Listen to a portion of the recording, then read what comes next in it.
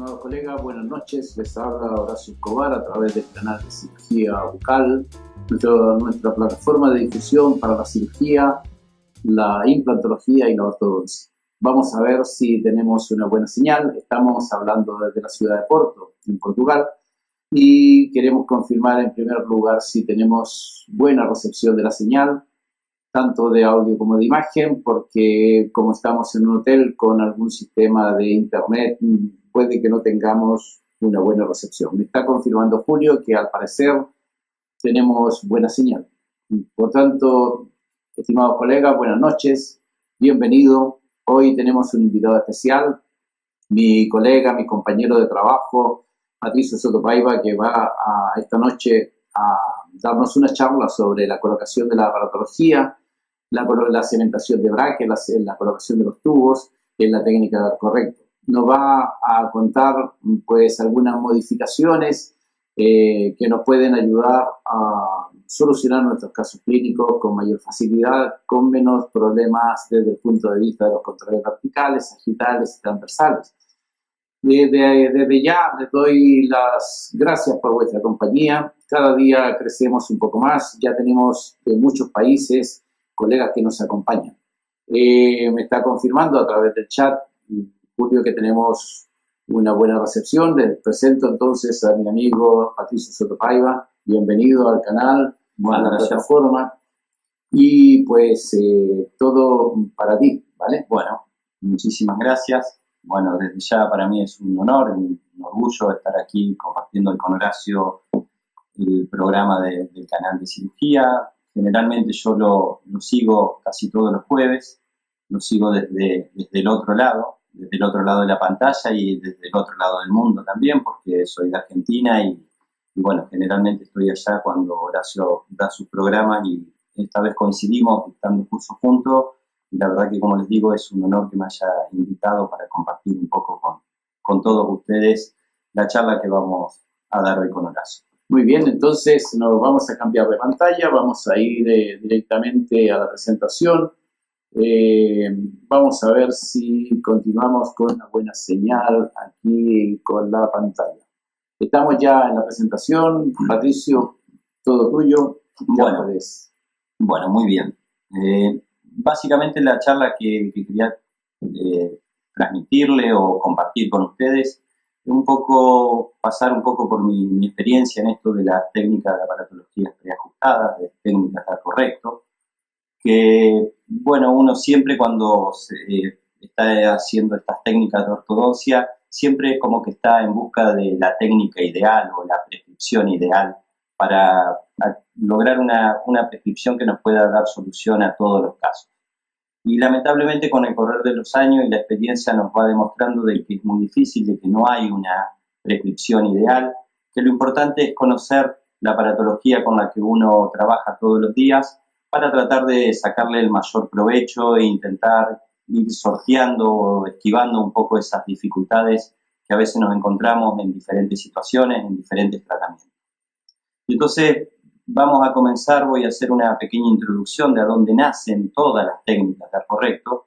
Y sabemos que la primera técnica de arco recto fue la que desarrolla el doctor Andrews. Y esta técnica él la desarrolla haciendo un estudio de coronas clínicas.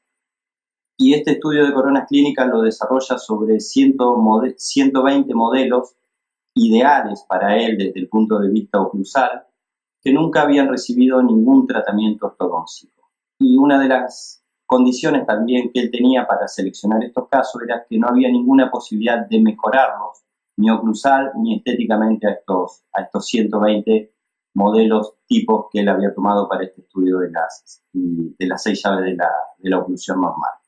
Entonces Andrews lo que encuentra en todos estos modelos es que había 6 factores que se repetían en todos ellos.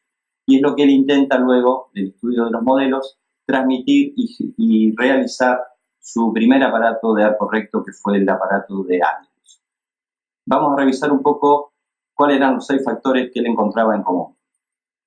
Uno, el primero que él encuentra es que todos estos casos, todos estos modelos, tenían una relación molar de clase 1. Quiere decir que la situación de oclusión de todos estos modelos eran de relación de clase 1. Y la clase 1 que describe Andrews no es la misma clase que describía Angle. Quiere decir, aparte del contacto de la cúspide mesiovestibular del primer molar superior en el surco que formaba la cúspide mesial y medio vestibular del primer molar inferior, Andrews encuentra también que había un contacto entre el reborde marginal distal del primer molar superior con el reborde marginal mesial del segundo molar inferior. Y es por eso que él encontraba que todas estas oclusiones de clase 1, los molares superiores, tenían una inclinación que permitían ese acople perfecto de clase 1. Entonces, Andrews lo que hizo es, a su aparatología, a la información que tenía el tubo del primer molar superior y del segundo molar superior, darle una inclinación que le permita adoptar con la secuencia de arco una oclusión ideal de clase 1. La segunda llave, el segundo factor que él encuentra, que estudia, es sobre las angulaciones OTIP, quiere decir la angulación mesioaxial de las coronas clínicas de la arcada superior y de la arcada inferior. Dentro de estas angulaciones me encuentra que todas las piezas, tanto del maxilar superior como de la mandíbula, presentaban una inclinación en la que su eje mayor tenía la porción gingival más hacia distal que la porción incisal del eje mayor. Y estas inclinaciones él se la transfiere a su aparatología.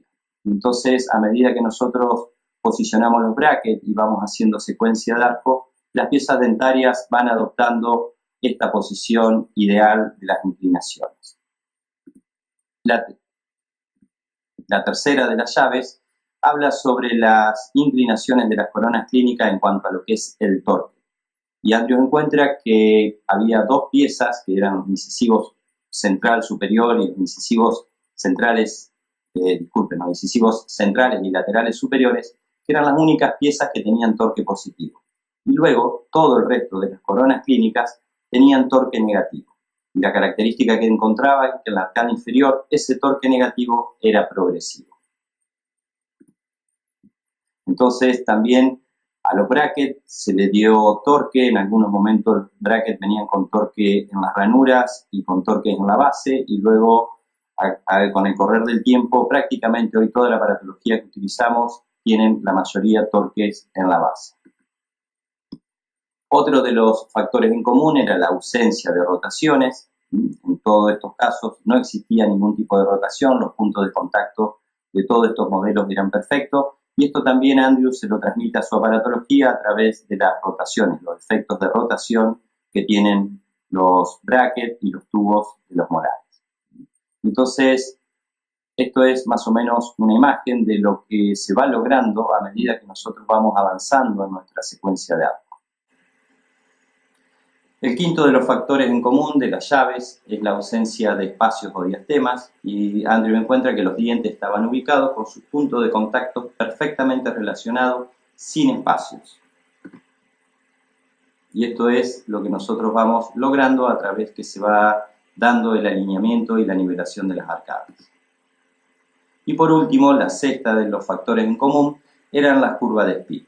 Entonces, esta curva de Spee que Andrews encuentra es la curva de Spee que nosotros vemos a la izquierda, donde las curvas de Spee eran totalmente planas. No existía ninguna alteración ni en sentido vertical que acentúen las curvas de Spee, como lo que vemos en la imagen del medio, donde cuando la curva de Spee sabemos que cuando está aumentada genera alteraciones verticales o sobremordidas. Y en la imagen aquí de la izquierda, de la derecha, disculpen, observamos que cuando las curvas de Spee están disminuidas, generan una mordida abierta. Se llama disminuida, se puede decir disminuida o invertida. Y entonces, esta aparatología, la revolución un poco de la aparatología del arco recto, era que nosotros, posicionando correctamente cada uno de los brackets y cada uno de los tubos, el solo hecho de hacer secuencia de arco, comenzar por arcos redondos para hacer la primera fase de alineación y nivelación, luego ir avanzando en la secuencia de arcos con arcos rectangulares, y a medida que vamos progresando en nuestros calibres de arco, se van expresando, se van cumpliendo estos 6 factores o estas 6 llaves de Andrews. Y entonces, toda esta información fue volcada ingeniería de los brackets y de los tubos y empezaron a aparecer las primeras técnicas de arco recto. Esto ha sido más o menos por el año 78, 79 que ya empezaron a aparecer el arco recto. Y entonces podríamos decir que el arco recto fue diseñado para lograr posiciones ideales una vez instalado arcos de gran calibre en la ranura de los brackets y de los tubos. Y entonces, lógico, cuando nosotros nos encontrábamos con casos, principalmente con situaciones dentarias de clase 1, y principalmente en los casos que no requerían grandes movimientos de grupos dentarios, como son los casos de clase 1 sin extracciones, nosotros encontrábamos que la correcta posición de la aparatología y al realizar una correcta secuencia de arco íbamos logrando estos 6 factores que Andrews nos transmitía de su estudio de los modelos de la oclusión ideal. Y entonces, el secreto un poco de esta técnica de arco recto al principio era la correcta colocación de la aparatología. Ubicar bien los brackets, tratar de respetar las inclinaciones de los ejes dentarios con las inclinaciones de los brackets, respetar las alturas de las posiciones de los brackets, y entonces todo esto íbamos logrando cumplir con los objetivos de inclinaciones dentarias, de torques, de aplanar, de nivelar las curvas de Spee, y lográbamos casos realmente que a esa altura eran casos tratados ortodoncicamente relativamente simples y que lográbamos muy buenos objetivos finales.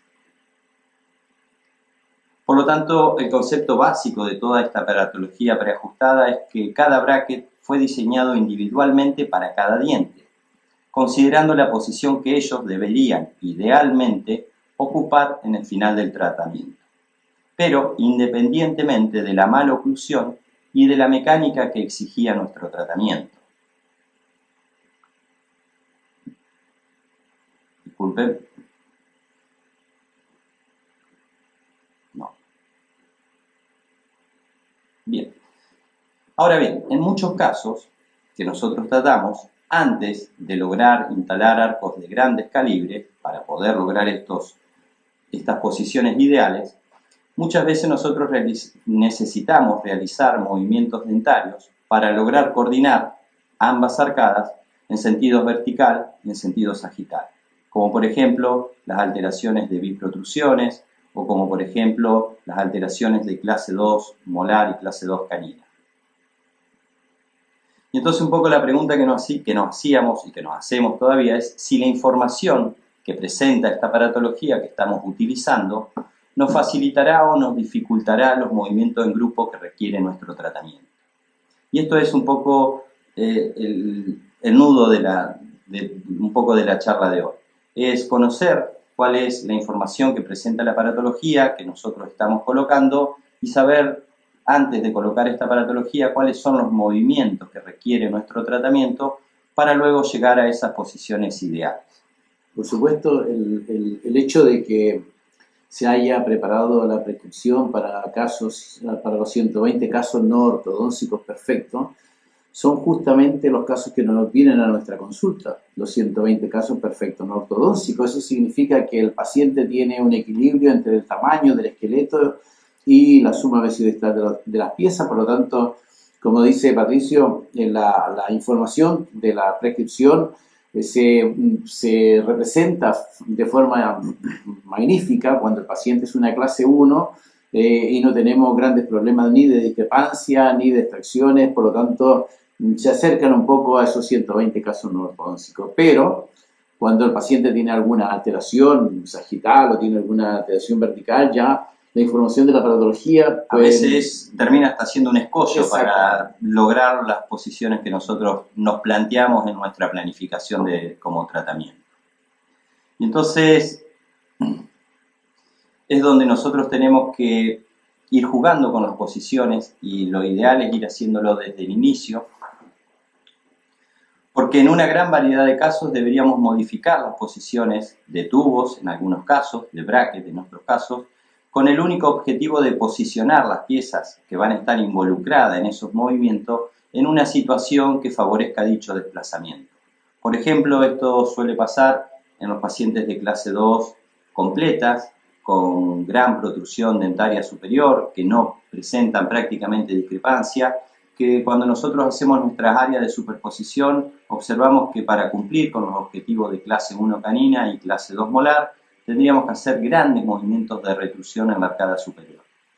Y un poco el problema que se presentaba en la arcada superior era la facilidad con la que se perdía a veces el anclaje superior, y muchas veces se le atribuía solamente al problema de la falta de corticales en el sector posterior, quiere decir la falta de soporte óseo que presentaba el grupo de anclaje, que era el grupo formado por primeros molares, segundos molares y segundo premolar superior.